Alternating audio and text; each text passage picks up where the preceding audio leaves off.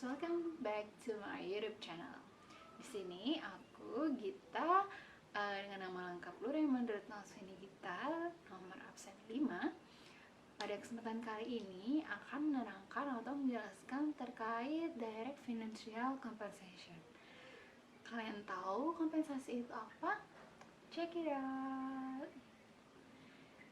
Jadi, sebelum kita beranjak lebih lanjut, pada kesempatan kali ini di YouTube channel kali ini jangan lupa tekan tanda merah ya, subscribe di bawah ini, dan like serta komennya.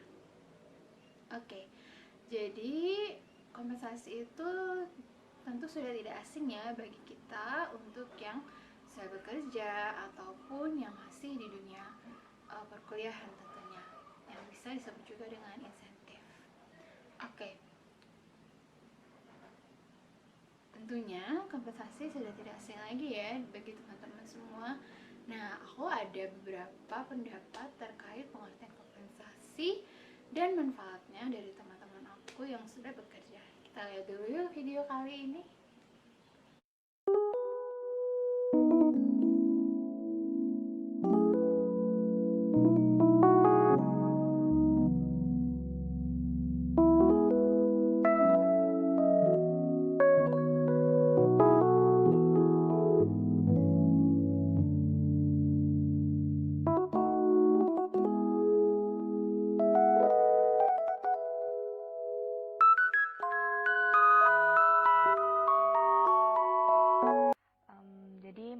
Kompensasi itu adalah suatu nilai tukar yang didapatkan oleh seseorang dari orang lain atau dari kelompok atau dari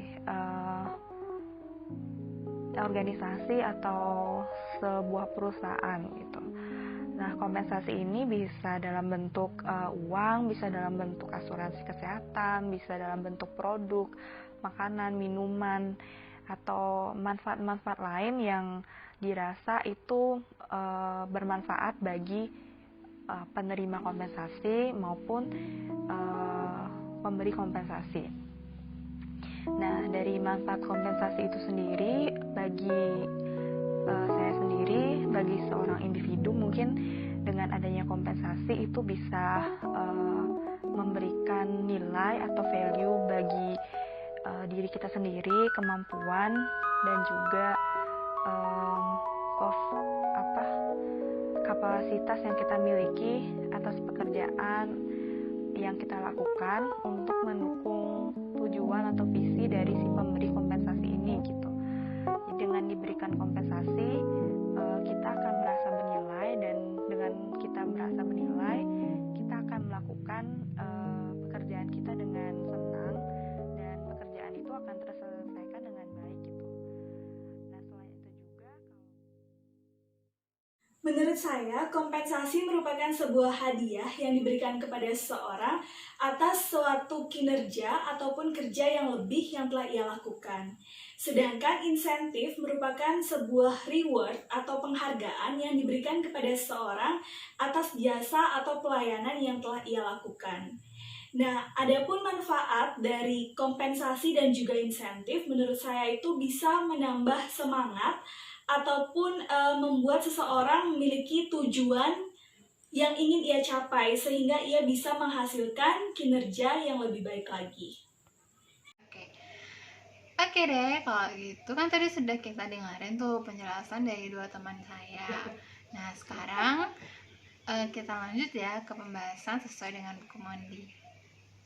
Itu adalah total semua imbalan yang diberikan kepada karyawan sebagai imbalan atas pekerjaan mereka.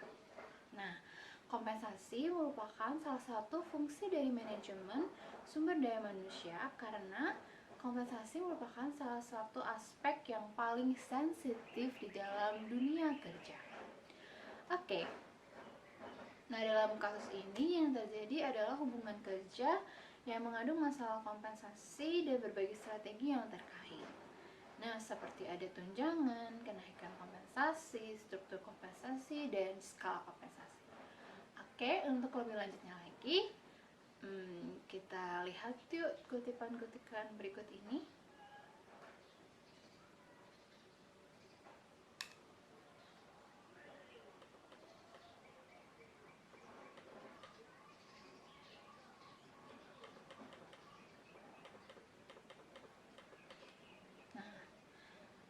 teman-teman sudah lihat kan beberapa tagline yang ada di berita sosial akhir-akhir ini, dan banyak yang tertulis tertera kompensasi. Oke, jadi teman-teman tidak salah lagi ya, kompensasi itu sudah paham bahwa kompensasi itu bagaimana pengertiannya. Nah, sekarang apa sih tujuan dari suatu perusahaan atau sekelompok orang itu memberikan kompensasi kepada karyawannya? Oke, jadi tujuannya itu adalah untuk menarik, tentunya mempertahankan dan memotivasi karyawannya seperti yang telah dikutip oleh atau disampaikan pendapatnya oleh teman-teman yang tadi ya, yang sudah kalian lihat videonya. Nah, dalam hal ini setidaknya itu ada 3 mekanisme di dalam di mana kompensasi ini akan berkontribusi untuk mencapai tujuannya. Yang pertama, kompensasi ini akan membantu menentukan standar hidup seseorang. Semuanya setara. Upah yang lebih tinggi memungkinkan orang untuk memenuhi kebutuhan paling dasarnya dulu, seperti makanan, sandang papannya, dan tempat tinggal yang layak seperti itu. Nah, jadi gaji yang lebih tinggi juga memungkinkan orang untuk menikmati hal-hal yang dia inginkan di luar kebutuhan dasarnya seperti itu.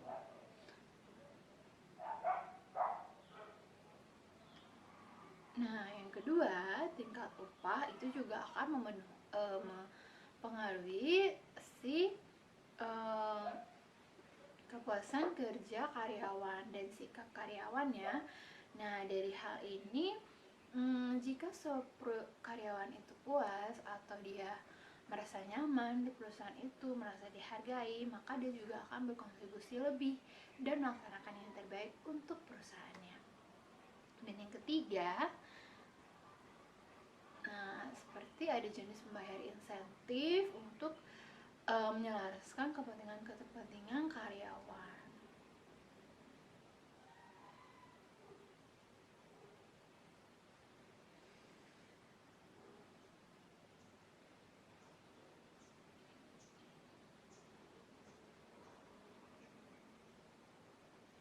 Oke, sebenarnya kompensasi itu dapat dibagi menjadi 2, yaitu finansial dan non-finansial, direct dan indirect, seperti yang ada pada tabel berikut ini. Nah, namun pada chapter kali ini kita akan hanya bahas pada kompensasi direct finansial saja dulu, ya, dimana ada wages, salary, commission, and bonus, ya.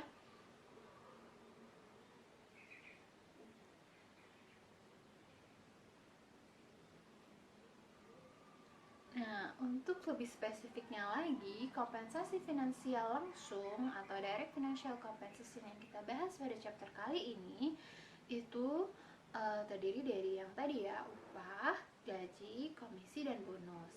Nah, yang pertama kita bahas satu-satu ya. Yang pertama adalah gaji. Setiap orang yang sudah bekerja pasti akan mendapatkan gajinya. Nah, gaji itu adalah satuan upah sebagai pengganti keahlian, waktu, dan tenaga yang dicurahkan seorang pegawai dalam perusahaannya.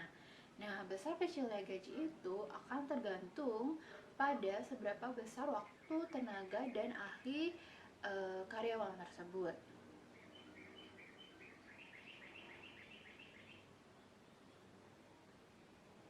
Yang kedua adalah upah. Yang kedua adalah upah, di mana upah merupakan hak pekerjaan yang diterima dan dinyatakan dalam bentuk uang imbalan. Nah, pembayaran upah akan ada dalam perjanjian awal terlebih dahulu, di mana untuk menentukan besaran nominalnya.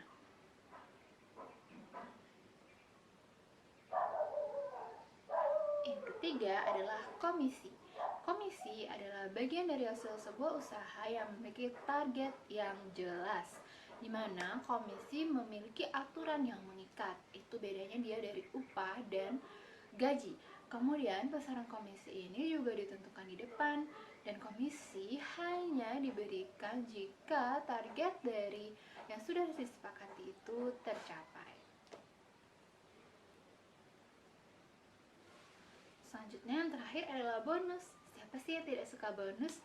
Nah, bonus ini dari kata lain bermakna adalah atas kebaikan hati, dimana bonus itu tidak ada dasar perhitungan yang eksak atau matematis. Nah, bonus itu bisa diberikan, bisa juga tidak diberikan, tergantung dari target capaian masing-masing karyawannya.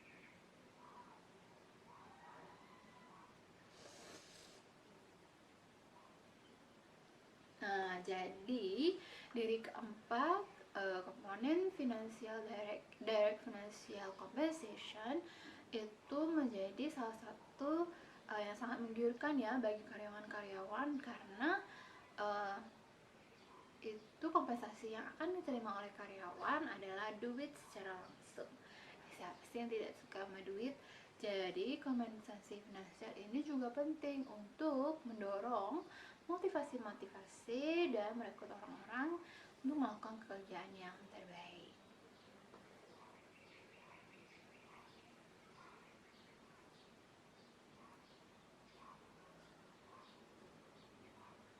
Nah, dalam hal ini ada beberapa komponen yang harus kita pahami juga. Jadi ada 5 komponen dalam kompensasi finansial langsung ini. Kita lihat ya apa komponen itu. Jadi yang pertama adalah gaji pokok, yang kedua adalah penyesuaian biaya hidup, yang ketiga adalah pembayaran senioritas, yang keempat pembayaran untuk kinerja, dan yang kelima adalah gaji yang berfokus pada orang. Oke, nah dalam hal ini sebagian besar karyawan sudah pasti akan menerima gaji pokok. Namun, dan perusahaan memilih mana dari 4 jenis kompensasi finansial yang akan dimasukkan. Oke?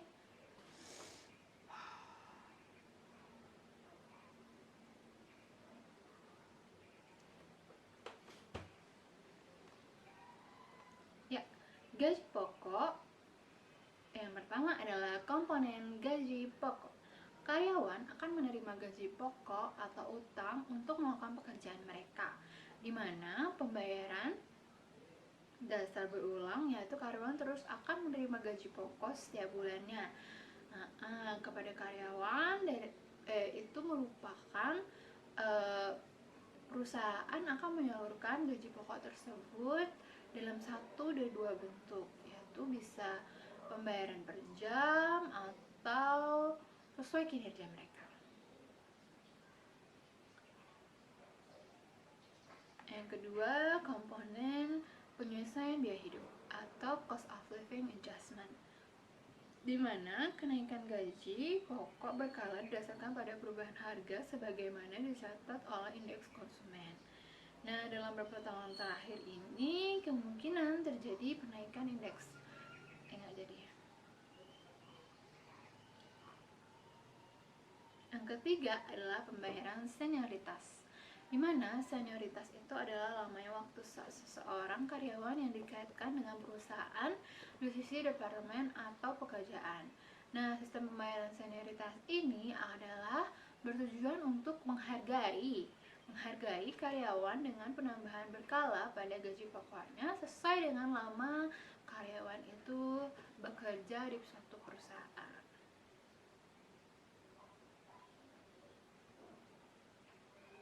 Komponen keempat adalah pembayaran berbasis kinerja, di mana gaji berbasis kinerja ini diatur oleh beberapa pihak atau perusahaan untuk seberapa baik sih seseorang itu melakukan pekerjaannya. Nah, hal ini bertujuan untuk memaksimalkan tujuan dari perusahaan dan penting untuk menghubungkan kompensasi karyawan dengan kinerja.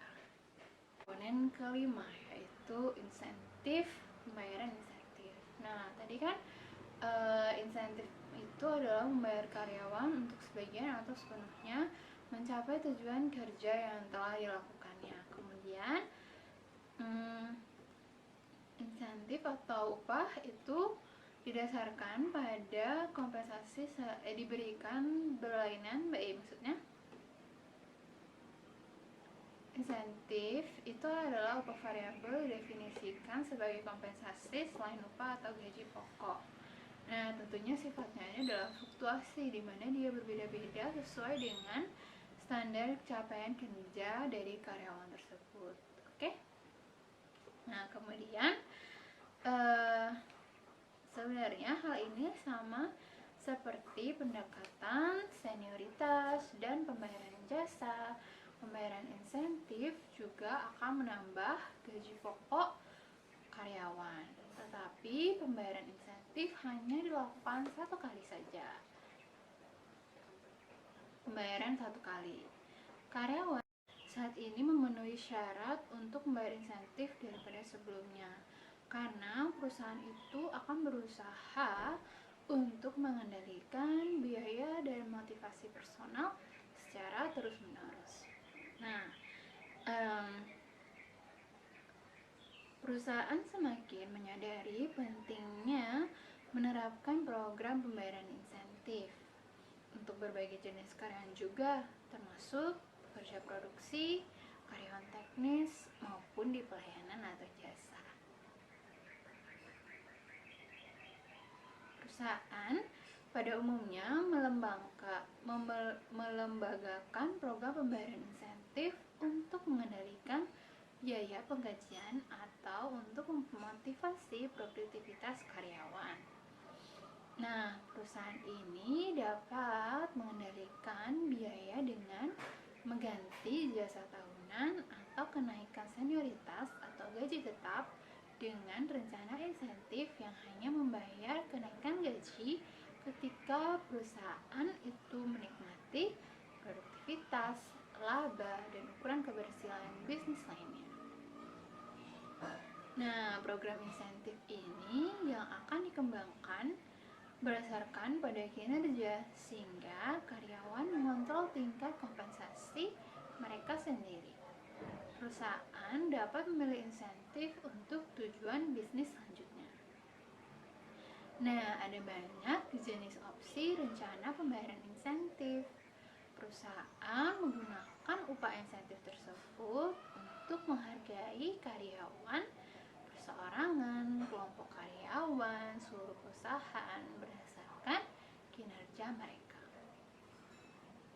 Nah, manajemen khususnya sumber daya manusia biasanya memberikan insentif bergantung pada tujuan bisnis untuk meningkatkan tingkat upah insentif tersebut. Yang pertama adalah rencana insentif individu. Di bagian ini akan ditinjau 4 rencana pembayaran insentif yang digunakan. Yang pertama adalah piecework. Piecework adalah rencana pembayaran insentif di mana karyawan dibayar untuk setiap unit yang mereka hasilkan. Rencana yang kedua, rencana insentif manajemen memberikan bonus kepada manajer ketika mereka memenuhi atau melampaui tujuan berdasarkan penjualan, laba, produksi, tindakan lain untuk divisi, departemen maupun unit mereka. Nah, rencana insentif ini manajemen berbeda dari piecework plan, dan rencana piecework berdasarkan penghargaan dan pencapaian satu tujuan saja.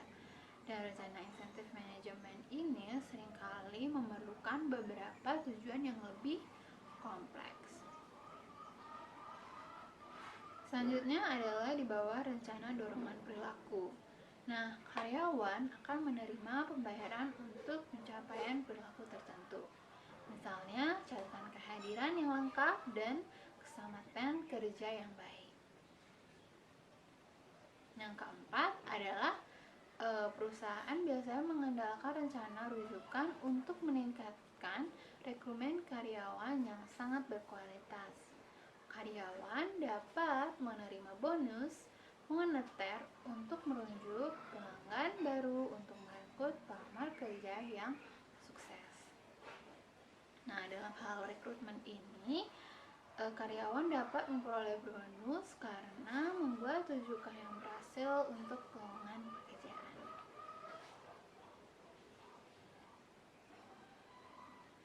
Rencana insentif individu ini memiliki beberapa kelebihan dan kekurangan. Di positif, rencana insentif individu akan mempromosikan distribusi kompensasi yang adil dalam perusahaan tersebut, yaitu jumlah yang diterima karyawan tergantung pada kinerja individu mereka masing-masing. Nah, semakin baik kinerjanya, maka semakin banyak juga insentif yang mereka bisa hasilkan. Pembayaran yang adil pada akhirnya akan membuat perusahaan mempertahankan kinerja terbaik. Tentunya membayar yang berkinerja lebih tinggi itu lebih baik daripada mendorong perilaku tempat kerja yang tidak baik. Nah, hal ini juga akan mendorong karyawan bahwa perusahaan itu memiliki perhatian terhadap karyawannya, di mana mereka akan menghargai setiap usaha dari karyawan tersebut. Kelemahan dari rencana ini adalah bahwa mereka dapat mendorong perilaku pekerja yang terlalu berkompetitif, sehingga antar karyawan itu kurang menghargai satu dengan yang lainnya. Yang kedua adalah rencana insentif kelompok. Dalam bisnis, rencana di seluruh perusahaan akan menawarkan alternatif yang memungkinkan daripada rencana insentif individu yang telah dibahas sebelumnya. Nah, insentif yang berbasis tim ini ditentukan oleh seberapa baik kinerja tim tersebut. Nah, karena kinerja tim terdiri dari upaya individu, karyawan individu juga harus berkontribusi di dalamnya. Namun, jika sebuah tim berfungsi secara efektif, maka perusahaan juga harus memberikan hadiah kepada tim tersebut. Untuk mengubah struktur kompensasi perusahaan dari sistem berbasis individu itu ke sistem yang tim akan memberikan hasil yang lebih kuat. Tentunya dengan melakukan hal itu perusahaan akan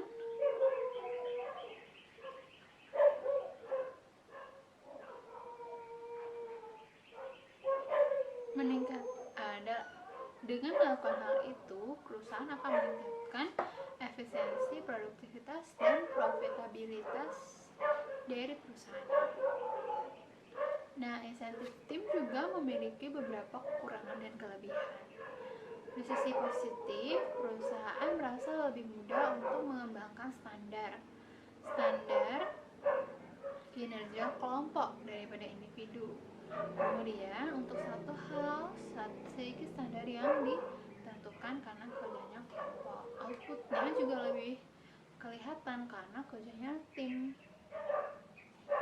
Keuntungan lain bahwa karyawan mungkin akan lebih kolaboratif ya daripada kompetitif, karena mereka akan bekerja dalam tim dan jika berhasil akan mendapatkan insentif tim juga.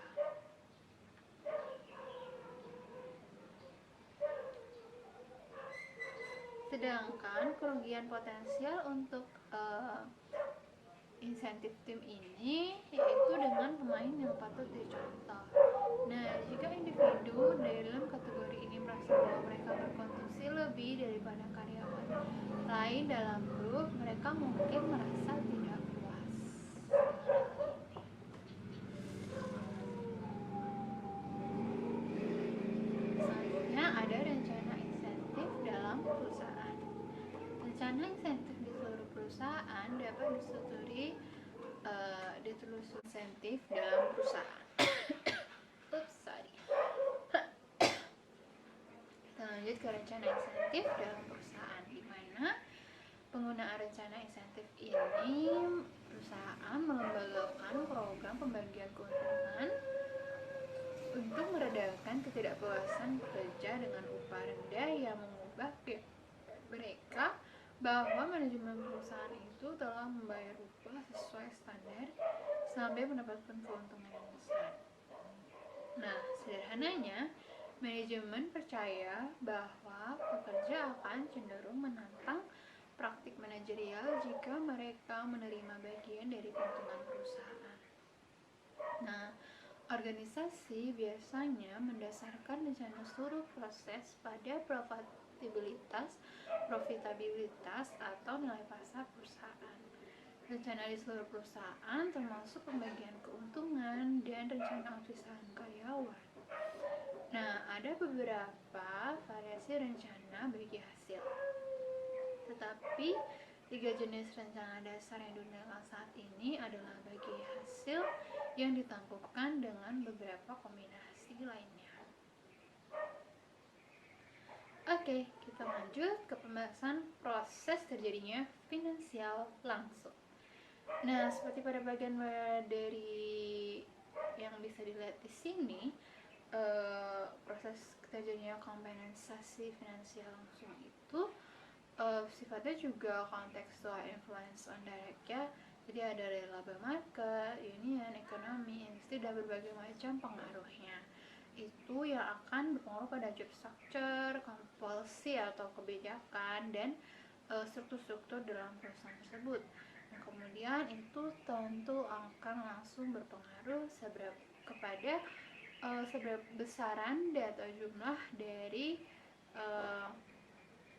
uang yang akan dibayarkan sebagai dalam bentuk kompensasi. Oke. Ada banyak faktor yang perlu dipertimbangkan dalam penentuan kompensasi ini yang ditunjukkan seperti gambar tadi. Nah, dimulai dengan faktor kontekstual. Teknik manajemen yang digunakan untuk menentukan nilai relatif pekerjaan, yaitu ada analisa pekerjaan, deskripsi pekerjaan, evaluasi pekerjaan yang mengarah pada penciptaan struktur pekerjaan. Nah, suatu organisasi harus terlebih dahulu mendefinisikan dan menjelaskan konten pekerjaannya. Profesional SDM menggunakan analis pekerjaan untuk tujuan ini.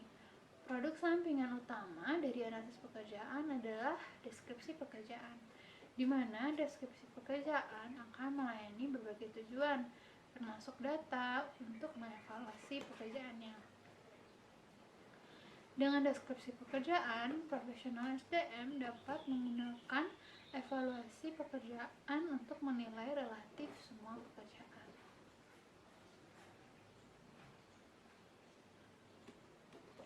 Dasar utama untuk membuat penilaian ini adalah untuk mempertimbangkan keterampilan, pengetahuan, kemampuan, dan kondisi kerja. Setelah perusahaan secara jelas menulis uraian pekerjaan dan mereka telah menetapkan sektor pekerjaan yang menunjukkan nilai relatif pekerjaan, mereka akan beralih ke langkah berikutnya, yaitu memutuskan kebijakan. Profesional SDM harus memberikan pertimbangan hati-hati terhadap kebijakan yang akan dibuat. Tentu harus berfokus pada misalnya membayar lebih tinggi rata-rata daripada pasar dan pekerjaan serupa dari tingkat upah, dan membayar campuran atau persentase kompensasi langsung yang mengarah pada gaji, tunjangan karyawan, dan penyesuaian insentif. Nah, pilihan-pilihan ini akan mengarah pada pembangunan struktur upah. Profesional SDM akan melakukan survei kompensasi untuk mengidentifikasi bagaimana kompetisi membayar karyawannya. Setelah bersenjatai dengan informasi tentang tingkat upah pasar profesional, SDM akan mengembangkan fitur struktur pembayaran dan memfasilitasi administrasi kebijakan pembayaran. Ini termasuk dalam kisaran gaji dan pembayarannya.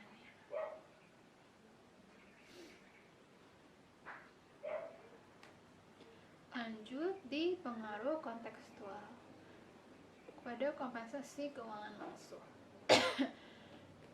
Profesional SDM tidak membangun sistem kompensasi dalam ruang hampa.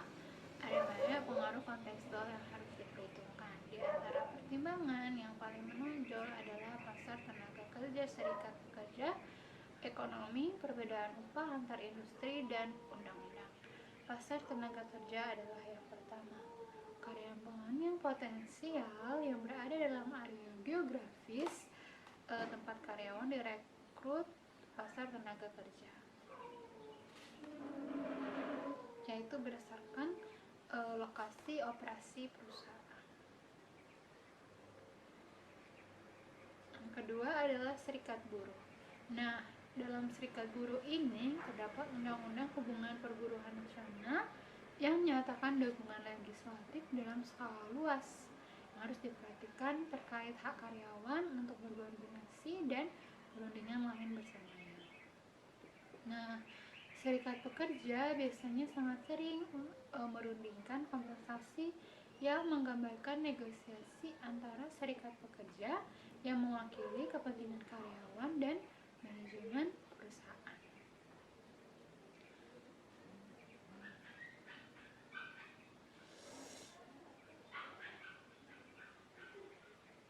Yang selanjutnya adalah ekonomi, di mana ekonomi pasti akan mempengaruhi keputusan dari kompensasi finansial. Misalnya, ekonomi yang tertekan umumnya meningkatkan pasokan tenaga kerja dan berfungsi untuk menurunkan tingkat pasar. Selain itu, perusahaan sering memilih untuk tidak memberikan kenaikan gaji untuk berkontribusi pada tujuan pengendalian biaya dan lindungan ekonomi yang lambat, di mana kegiatan bisnis cenderung menderita. Seperti saat ini ya, ekonomi yang booming di sisi lain menghasilkan persaingan yang lebih besar untuk bekerja dan harga tenaga kerja didorong ke atas.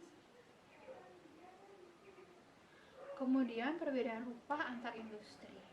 Dalam pasar tenaga kerja yang sangat kompetitif ini, perusahaan akan berusaha untuk menarik dan mendatangkan individu-individu yang terbaiknya. Nah, untuk pekerjaan sebagian dan menawarkan paket upah dan tunjangan yang menguntungkan.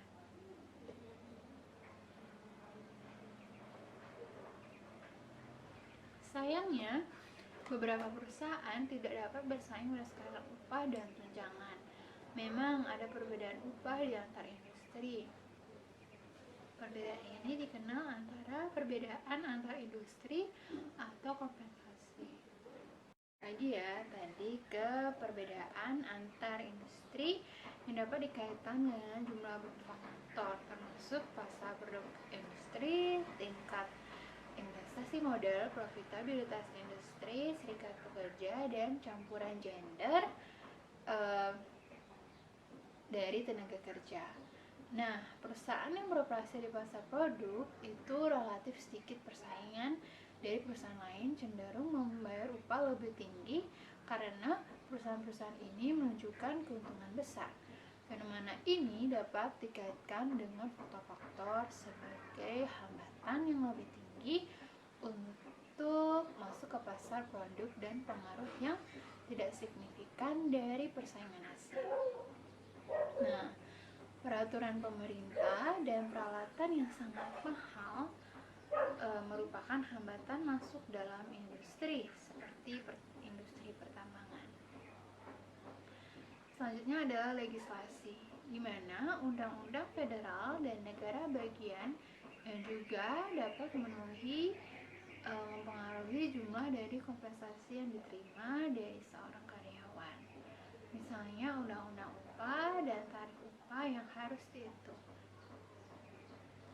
Nah, seperti panduan dalam buku Mondi ini dijelaskan bahwa Equal Pay Act akan melarang majikan membayar karyawan dengan satu jenis kelamin lebih sedikit daripada karyawan dengan jenis kelamin yang berbeda,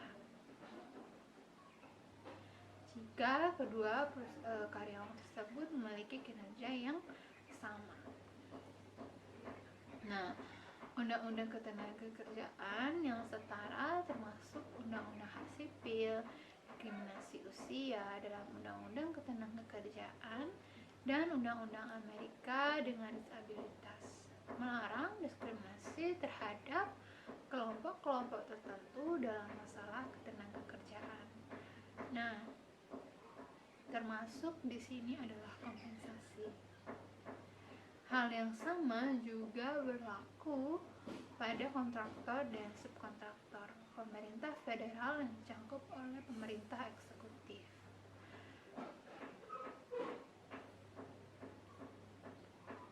Oke.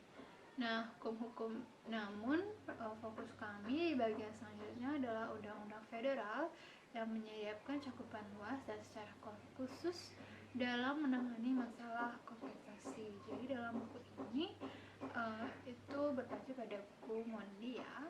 Sekali lagi undang-undangnya juga mengikuti undang-undang yang Amerika ataupun undang-undang federal lainnya.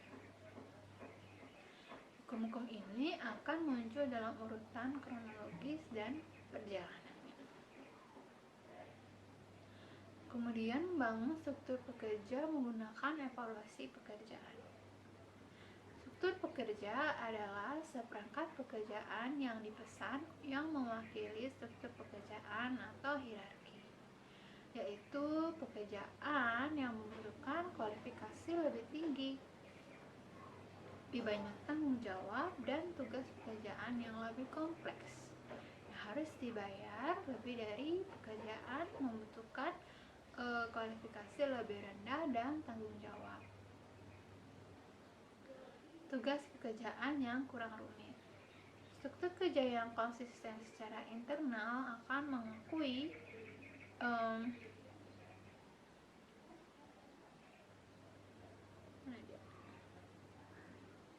secara formal perbedaan karakteristik pekerjaan yang memungkinkan manajer kompensasi untuk menetapkan upah yang sesuai.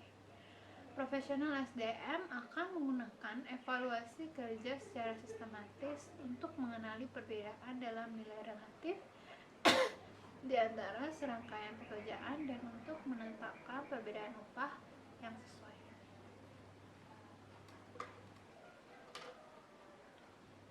Jangan lupa minum ya guys.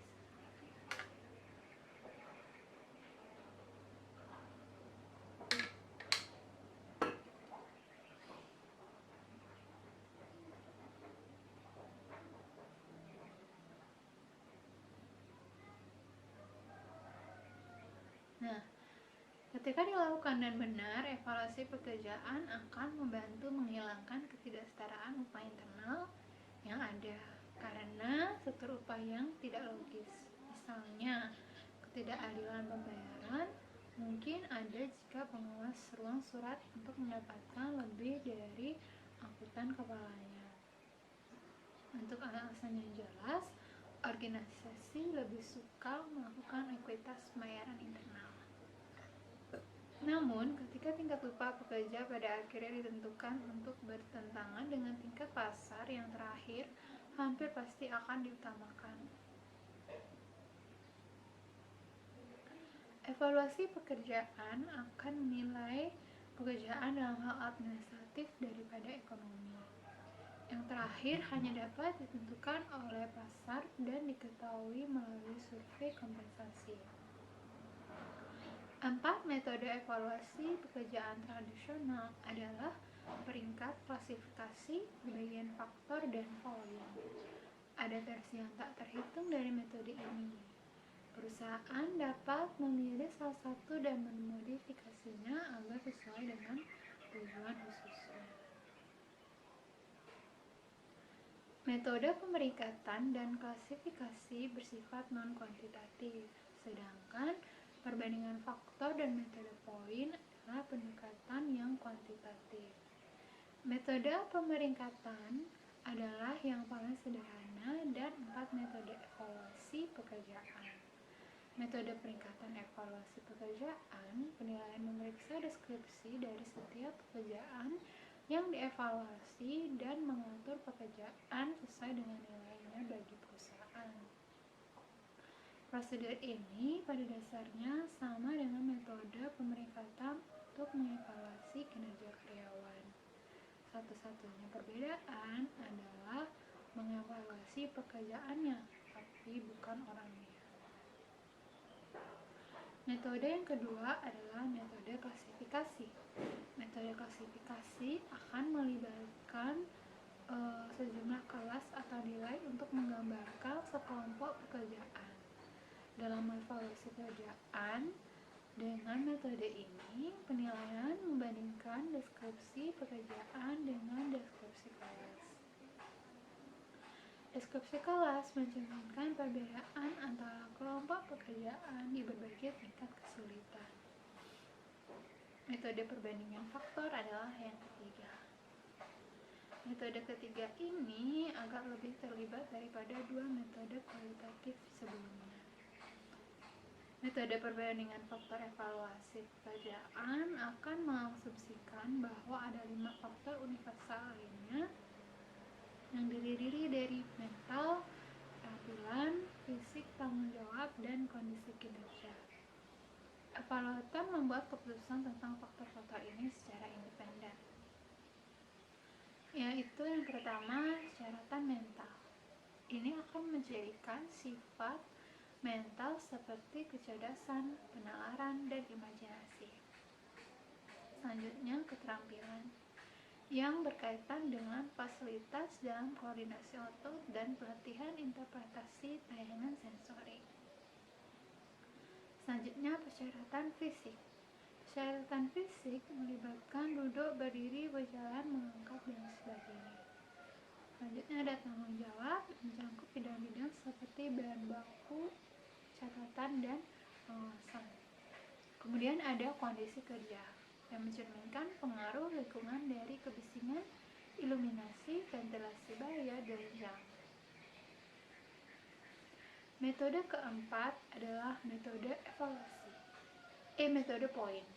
Dalam metode poin ini, penilaian menetapkan nilai numerik untuk faktor pekerja tertentu seperti pengetahuan yang diperlukan, jumlah nilai-nilai, dan memberikan penilaian kuantitatif dari nilai relatif pekerjaan.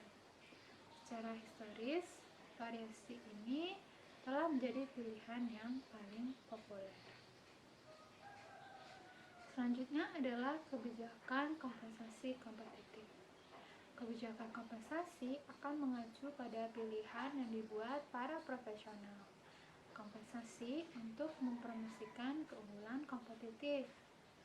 Secara luas, pilihan ini dibuat tentang tingkat pembayaran dan campuran pembayaran. Kebijakan kompensasi tingkat upah menentukan apakah perusahaan akan menjadi pemimpin yang membayar, menjadi pengikut, atau mengusahakan posisi rata-rata di pasar tenaga kerja.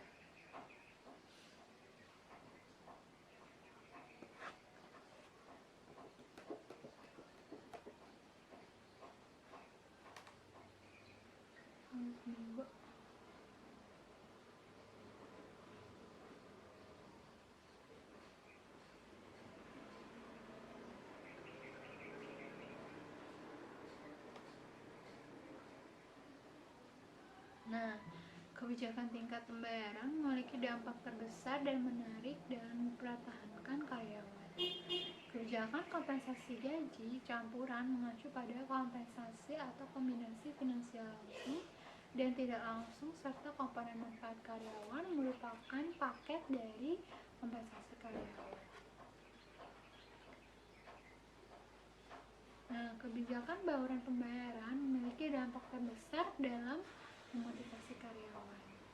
Komponen dari paket kompensasi ini membantu memfokuskan kinerja karyawan pada apa yang diharapkan majikan atau bosnya seperti layanan pelanggan yang baik, penjualan, penggunaan teknologi yang inovatif, dan lain sebagainya.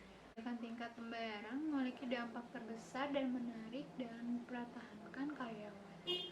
Kebijakan kompensasi gaji campuran mengacu pada kompensasi atau kombinasi finansial langsung dan tidak langsung serta komponen manfaat karyawan merupakan paket dari kompensasi karyawan. Nah, kebijakan bauran pembayaran memiliki dampak terbesar dalam memotivasi karyawan. Komponen dari paket kompensasi ini membantu memfokuskan kinerja karyawan pada apa yang diharapkan majikan atau bosnya seperti layanan pelanggan yang baik, penjualan, penggunaan teknologi yang inovatif, dan lain sebagainya.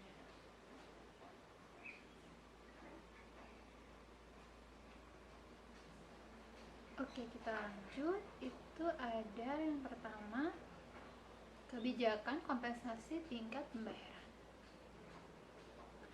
Pada hal ini terdapat 3 kebijakan tingkat pembayaran yang diikuti oleh bauran pembayaran serta mengilustrasikan kebijakan pemimpin pasar, kecocokan pasar, dan tingkat pembayaran keterlambatan pasar.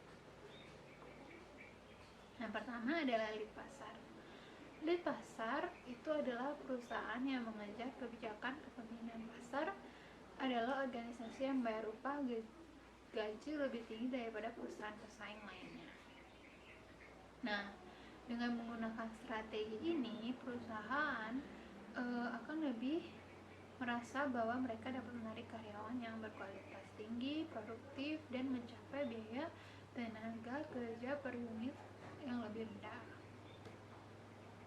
Perusahaan dengan bayaran lebih tinggi biasanya menarik lebih banyak pelanggan yang berkualitas tinggi daripada perusahaan yang bergaji lebih rendah di pasar tenaga kerja yang sama.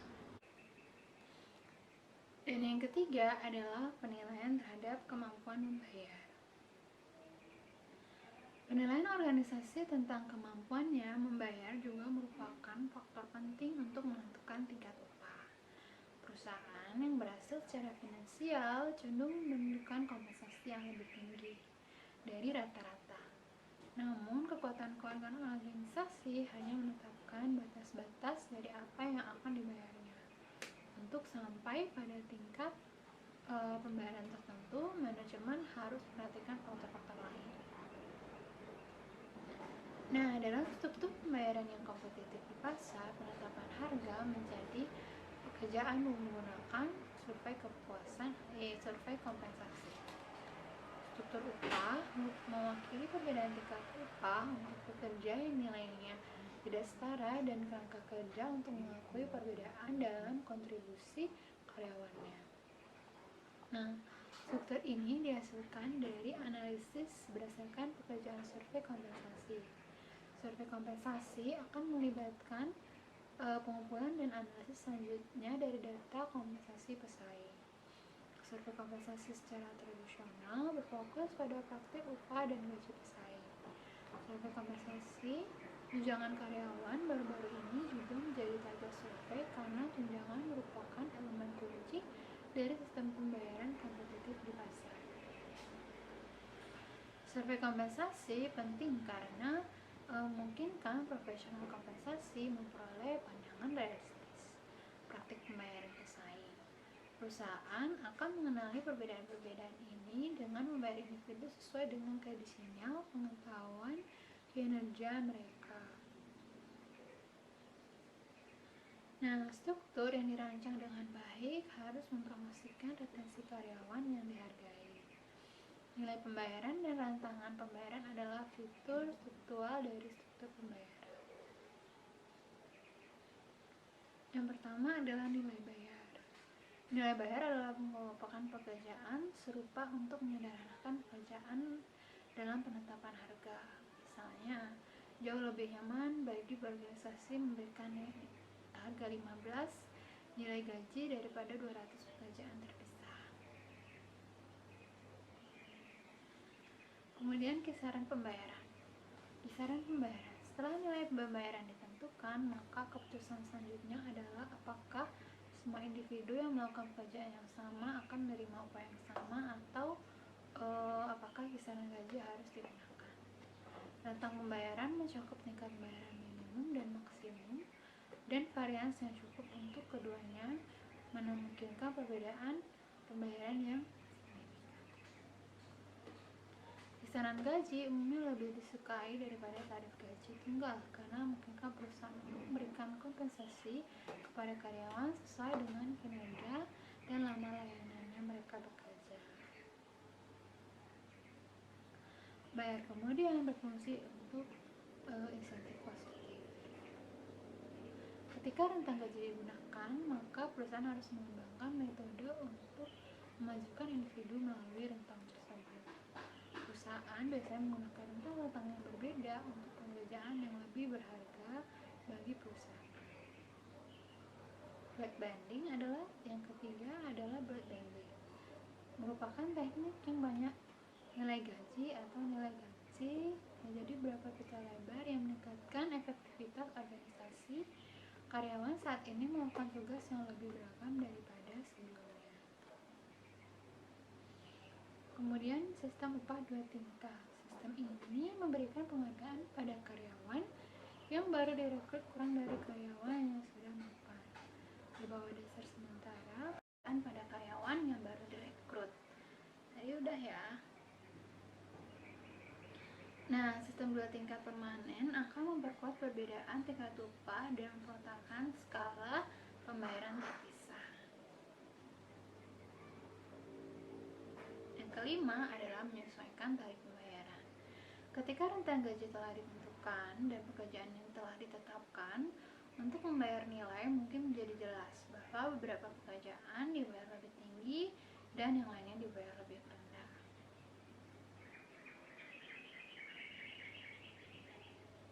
Nah, praktik manajemen yang baik adalah memperbaiki ketidaksetaraan dalam pembayaran secara secepat mungkin dengan menetapkan pekerjaan di peringkat gaji yang tepat dan meningkatkan upah mereka yang berada di pekerjaan itu. Kemudian adalah kompresi gaji yang keenam. Kompresi gaji itu akan terjadi ketika karyawan yang kurang berpengalaman dibayar sebanyak atau lebih dari karyawan yang telah lama bekerja di organisasi tersebut sebagai akibat dari peningkatan bertahap dan gaji awal dan penyesuaian gaji yang terbatas untuk karyawan jangka panjang. Nah, kompresi gaji terus menjadi tantangan utama bagi manajer kompensasi bahkan dalam resesi ketika pemotongan gaji dan pembekuan menjadi fokus berita harian. Oke, sekarang kita menuju ke kesimpulan ya. Yang pertama, ayo coba jelaskan kompensasi finansial langsung dan kompensasi finansial tidak langsung dan kompensasi non finansial. Di mana kompensasi inti ini adalah total semua imbalan yang diberikan kepada karyawan sebagai imbalan atas layanan mereka. Oke, kompensasi finansial langsung terdiri dari gaji yang diterima bisa dalam bentuk upah, gaji, komisi, maupun bonus. Nah, kompensasi finansial tidak langsung atau imbalan kinerja terdiri dari imbalan finansial yang tidak termasuk dalam kompensasi finansial langsung. Sedangkan kompensasi non-finansial terdiri dari kepuasan pekerja atau seseorang dari pekerjaannya atau dari lingkungan psikologis atau fisik di mana orang tersebut bekerja. Oke, kemudian kita simpulkan lagi terkait identifikasi dan diskusikan komponen kompensasi finansial langsung ya, di mana kan kita sudah pelajari bersama bahwa komponen-komponennya termasuk gaji pokok, upah per jam, dan gaji, dan berbagai penyesuaian terhadap pembayaran pokok seiring waktu. Kategori-kategori tersebut adalah penyesuaian biaya hidup, upah senioritas, upah berbasis kinerja, upah pantas, dan berbagai jenis praktik upah insentif, dan upah yang berfokus pada orang atau upah berbasis kompetensi. Nah, yang ketiga adalah tinjauan penentu kompensasi finansial langsung. Profesional SDM terlibat dalam berbagai kegiatan untuk menetapkan struktur pekerjaan, kebijakan, kompensasi, dan struktur pembayaran. Masing-masing struktur ini didasarkan pada berbagai praktik. Sebagai contoh, struktur pekerjaan adalah hasil dari implementasi, baik analisis, dan teknik pekerjaan. Oke.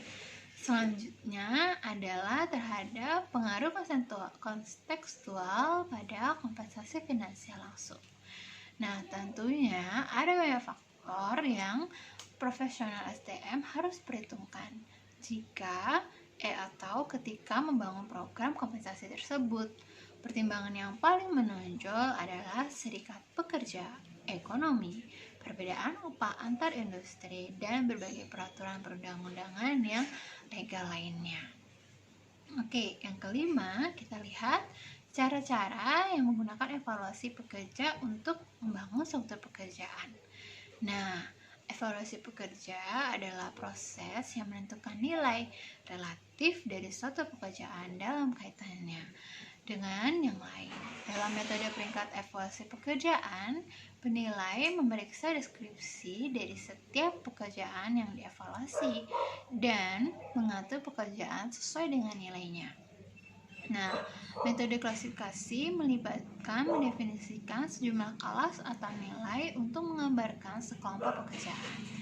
Dalam metode perbandingan faktor, penilaian tidak perlu mengingat seluruh pekerjaan saat mereka mengevaluasi. Sebaliknya, mereka membuat keputusan pada aspek atau faktor pekerjaan yang terpisah. Dalam metode poin, penilaian menetapkan nilai numerik untuk faktor pekerjaan tertentu seperti pengetahuan dan jumlah nilai-nilai yang lain yang diperlukan. Oke, sekarang kita lanjut ke kebijakan kompensasi yang kompetitif. Secara umum, kebijakan pembayaran kompetitif mengacu pada tingkat pembayaran dan campuran pembayaran. Nah, pilihan tingkat pembayaran termasuk apakah akan ketinggalan, cocok, atau memimpin tingkat upah pasar. Rata-rata, bauran pembayaran mengacu pada kompensasi finansial langsung dan tidak langsung. Pilihan tentang bagaimana menyusun pembayaran, misalnya gaji, pokok, insentif, dan jangka pendek, tunjangan karyawan, serta tunjangan-tunjangan lain yang harus dibuat. Kemudian kita akan bahas yang tadi sudah dibahas terkait survei kompensasi untuk penentuan harga pekerjaan dan menentukan struktur apakah upah kompetitif pasar. Survei kompensasi memungkinkan para profesional SDM untuk mengetahui tingkat pembayaran dan membayar campuran para pesaingnya. Menetapkan nilai dolar untuk pekerjaan perusahaan dianggap sebagai penentuan harga pekerja. Dan yang ke-8, kita sudah juga diskusikan terkait kompensasi untuk perwakilan penjualan. Nah, dalam ini merancang program kompensasi untuk karyawan penjualan melibatkan pertimbangan unik seperti rumus untuk menentukan pembayaran insentif. Nah, kemudian kompensasi untuk pekerja tidak tetap itu bagaimana? Pekerja tidak tetap dipekerjakan dengan harapan masa kerja yang ditentukan. Nah, paling sering pekerja kontingen menerima lebih sedikit gaji dan tunjangan karyawan dibandingkan pekerja yang tidak memiliki harapan masa kerja yang ditentukan. Oke, dan yang terakhir yang sudah kita bahas adalah kompensasi eksekutif dan berbagai fitur faktor kompensasi eksekutif. Nah, dalam menentukan kompensasi ini berturut-turut perusahaan biasanya lebih suka menghubungkan pertumbuhan gaji untuk manajer tingkat tertinggi dengan keseluruhan kinerja perusahaan. Kompensasi eksekutif seringkali memiliki 5 elemen dasar, yaitu gaji pokok, bonus, dan gaji berbasis kinerja, rencana opsi saham, gaji berbasis kinerja eksekutif, dan credit basis. Serta yang keenam adalah pesangon dari paket. Oke, sebelumnya sekian dari saya dan terima kasih. Oh, Bapak, sekian dari saya. Terima kasih sudah menonton. Jangan lupa ya tonton video-video berikutnya. Sampai jumpa.